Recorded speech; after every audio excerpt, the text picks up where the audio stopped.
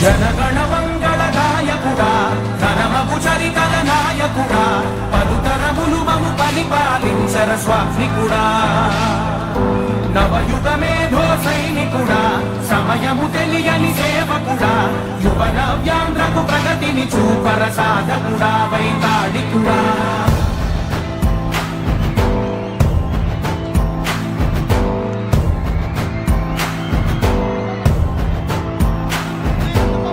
ప్రతి ఇల్లు నిన్నే నిన్నే పిలిచింది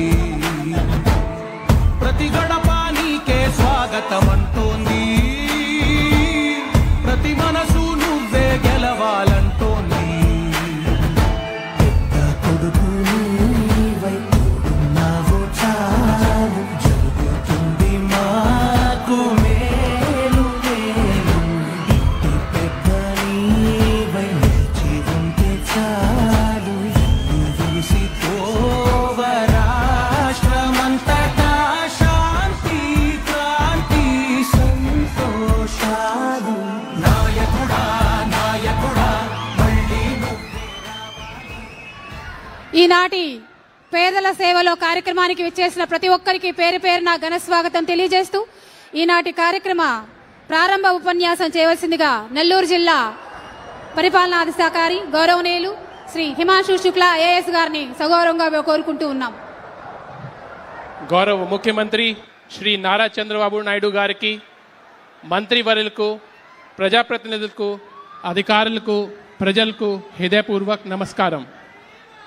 అభివృద్ధి, పారిశ్రామిక ప్రగతి మార్పెరైన గుడూరు నియోజకవర్గానికి గౌరవ ముఖ్యమంత్రి గారి రావడం గర్వకారణం.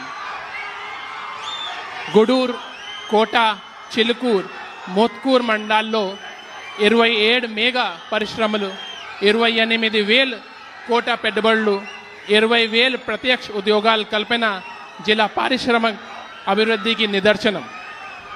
కృష్ణపట్నం పోర్ట్ అంతర్జాతీయ వాణిజ్యానికి, కొత్త పెట్టుబడులకు ఈ జిల్లాకు ప్రధాన బలంగా నిలుస్తుంది.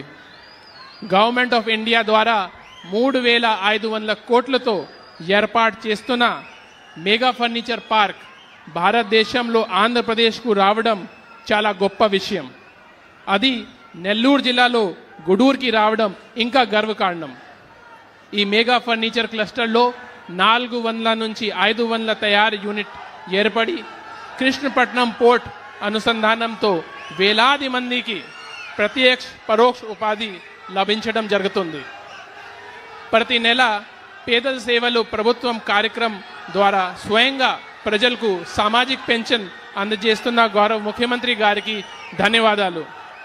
అభివృద్ధి, సంక్షేమం రెండింటిని సమానంగా ముందుకు తీసుకుని వెళ్తున్న గౌరవ ముఖ్యమంత్రి గారికి జిల్లా ప్రజల తరపున హృదయపూర్వక కృతజ్ఞతలు. గౌరవ ముఖ్యమంత్రి గారి నాయకత్వంలో నెల్లూరు జిల్లా మరింత అభివృద్ధి సాధిస్తుందనే పూర్తి విశ్వాసంతో జిల్లాకు వచ్చేసిన ఆయనకు జిల్లా ప్రజల తరపున మరి ఒకసారి ధన్యవాదాలు. Thank you sir. తరువాత మీ అభిమానం అనుపమానమైనది. ఒక్క నిమిషం కామ్గా ఉంటే తర్వాత వారు మాట్లాడతారు. ఈనాటి కార్యక్రమాన్ని ఉద్దేశించి గూడూరు శాసనసభ్యులు గౌరవనీయులు శ్రీ డాక్టర్ పాసం సునీల్ కుమార్ గారు మాట్లాడవలసిందిగా కోరుతూ ఉన్నాము. ముందుగా